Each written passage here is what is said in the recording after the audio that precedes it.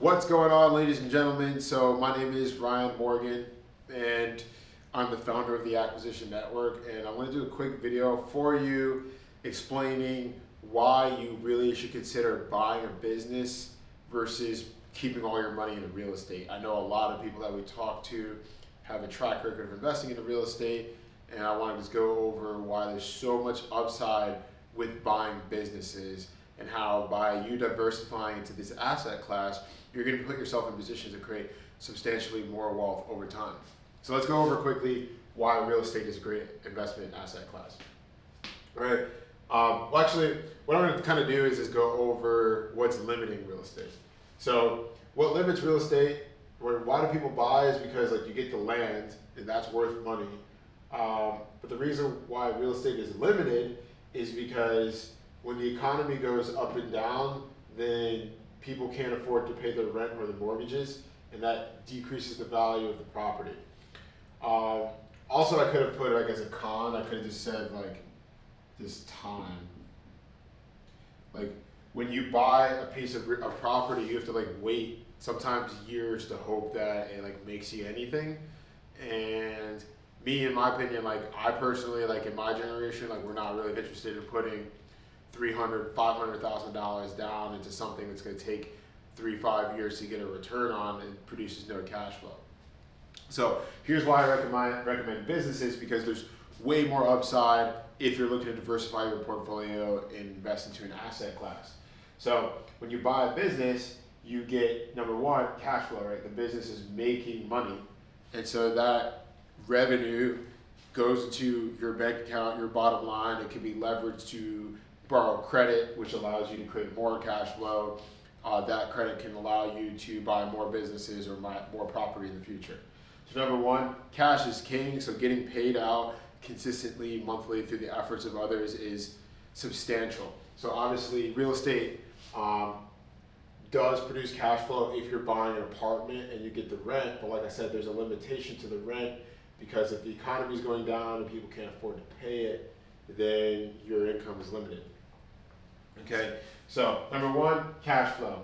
Number two is system. So when you buy a business, you get a process that you're getting an SOP, a standard operating procedure that is working.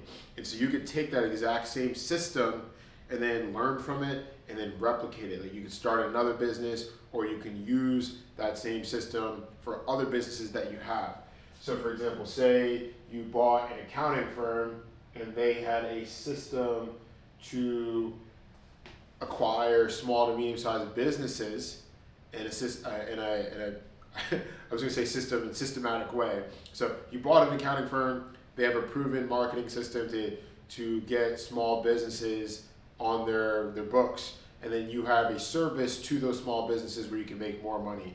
So for example, one of my partners owns a cost reductions company where he offers free fintech products that save companies money and creates passive income for us for referring those products. So if you had access to that accounting system to get in front of small businesses, then you can add more products.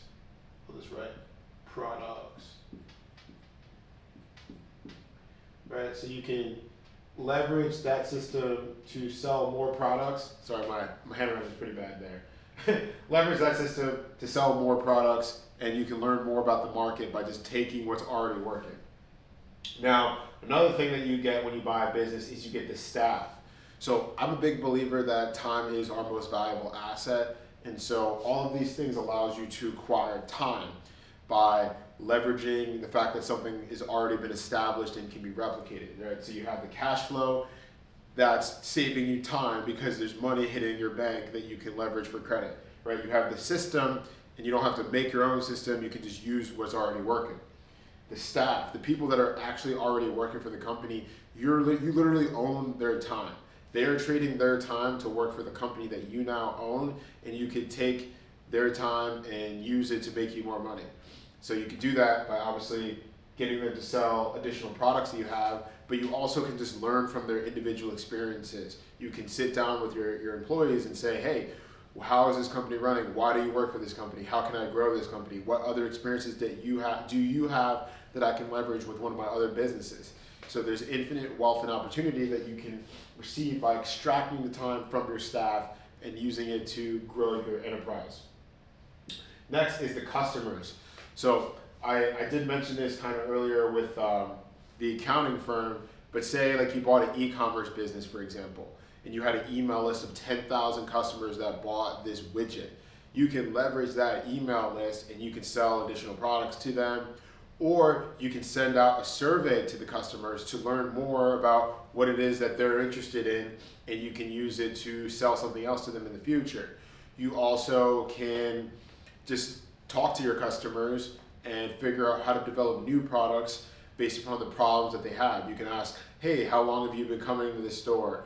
Why do you come to this store versus the competitors? How can we improve this to make more money in the future? So you're getting all the time, leverage, and experience from the customers that have been purchasing from that business, and you can use that to create more money. And then finally, there's the seller, the person who came up with the business. He built the system, he created the cash flow, he hired the staff, he acquired the customers. You can just sit down with that seller and you can learn, why did you make this business? How did you do it? What other business ideas do you have? Is there something that I can invest into that you would prefer to do than this current company? Why do you want to sell this business to me in the first place, right? So like I said, I believe that time is by far our most valuable asset. And so when you buy a business, you're able to acquire time in 5 different ways: through the cash flow, through the system, through the staff, through the customers, and the seller. And so, in my opinion, there's significantly more upside by purchasing these assets of time, because when you learn the system and the staff and the seller and learn how to grow the company, you can resell it for a massive multiple. While with real estate, you don't really have the ability, unless you have an apartment complex, there's not much you can do to increase the cash flow. You can sell out all the rooms. You might be able to open up a shop and start selling products, but then that's basically a business, right? And so that's why I say, hey, like, don't just get real estate that's just real estate, because it's such a slow moving asset class that's really dependent upon the economy in order to appreciate. While with businesses, while the economy does have an impact on them, there's much more you can do as an individual business owner to succeed in any economy. And so that's why, me personally, I'm not going to be investing tons of money into homes when I have liquid capital. I'm going to just keep buying companies. I'm going to keep investing in my software so that I can replicate the process of buying companies, and that's how I'm going to become a billionaire in my 30s versus investing hundreds of millions of dollars in real estate. So I hope you got great value out of this breakdown on why you should consider diversifying into buying businesses. And if you've considered buying businesses, you already knew everything I just shared, but you were just stuck and you didn't know where to go, I created a free training program called How to Buy a Profitable Business Without Doing the Work. So I explained in this training how I created a team to support my ambition of buying hundreds of businesses in the next decade. My team has collectively done 350 transactions over the last 30 years. You can learn how to create your own team, or you can hire my team, and we can help you acquire businesses versus real estate. There's a massive gap in the market because there is no public service where you can go out and hire a team to buy businesses for you.